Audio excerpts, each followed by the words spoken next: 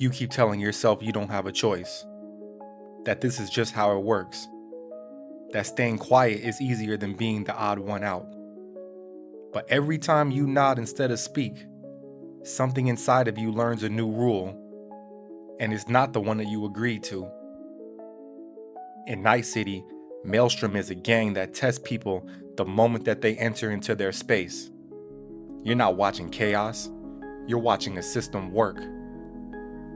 This shard takes place inside of Maelstrom territory, where nobody is dragged in and nobody is forced.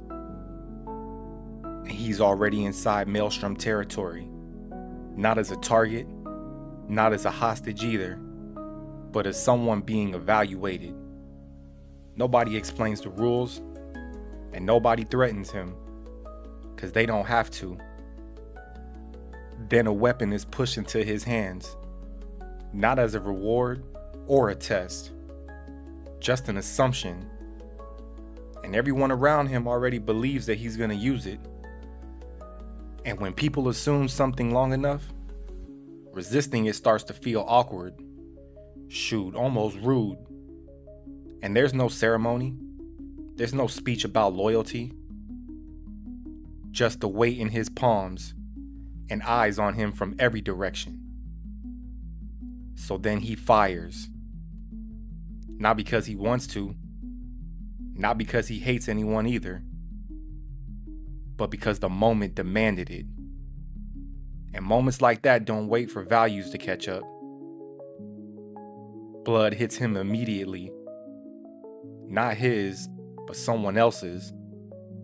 And here's where the story quietly changes. Because nothing happens after that. No recoil, no collapse, no spiral. What arrives first isn't shock. It's approval from the gang members. Everybody's laughing, making funny comments, hands on his shoulder. Nah, not praise. More like confirmation that he didn't embarrass himself. And that's all it really takes. Cause see, Maelstrom doesn't recruit by ideology. They recruit by response. I mean, yeah, they joking with him now. They mock him gently, the way groups do when you've passed an invisible threshold. I mean, they call him solid. They say he's got steel. And just like that, the violence stops feeling like a line cross and starts feeling like a door has opened. Nobody asks him how he feels about what he did, because feelings aren't part of the transaction. They offer him implants next, upgrades, a way to fit in better. Not because he's special, but because he's already adjusting. And see, that's the trick. You don't become dangerous because you're cruel. You become dangerous because cruelty is the fastest way to stop standing out. Each step is small. Each decision is defensible. You didn't seek violence. You didn't crave blood.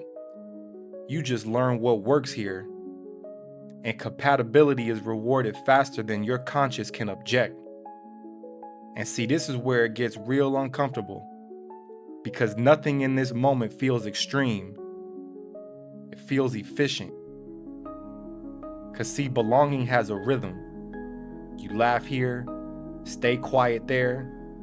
Don't slow the room down with hesitation. Cause Maelstrom idealizes machines. Because machines don't interrupt momentum. Machines don't doubt. Machines don't pause. There's no second guessing that makes everyone else uncomfortable. And slowly, without announcement, feelings become something that you manage, not something that you follow. Not because anyone tells you to stop caring, but because caring keeps making things harder. You notice it in yourself first as relief. Relief that you don't have to ask questions. Relief that no one's watching you as closely anymore. And just like that, you're in. And that's the moment that most people miss because it doesn't feel like corruption. It feels like alignment. And here's the part that lands closer than we'd like to admit. Because this is not about gangs. It's about the times that you nodded instead of spoken. You stayed quiet because friction felt dangerous. Did the things that kept the room calm instead of the things that kept you honest. And you didn't betray yourself all at once. You adapted. You learned which reactions slowed things down, which thoughts caused social oxygen. You learned which instincts made you a problem. So you trimmed them, not to be evil, but to be functional. You call it being realistic, being mature, being professional. But I call it math. And it all adds up. Because every small silence, every laugh that you didn't mean, every moment you chose acceptance over alignment, until one day you look around and realize that you're not pretending anymore. You've become compatible. And the most unsettling part is that nobody forced you. Nobody dragged you here. They just rewarded the version of you that stopped resisting first. And now, standing exactly where you are, it's worth asking, at what point did survival quietly replace choice? And would you even recognize the moment if it happened again? No answer, no resolution, just pressure sitting where it belongs.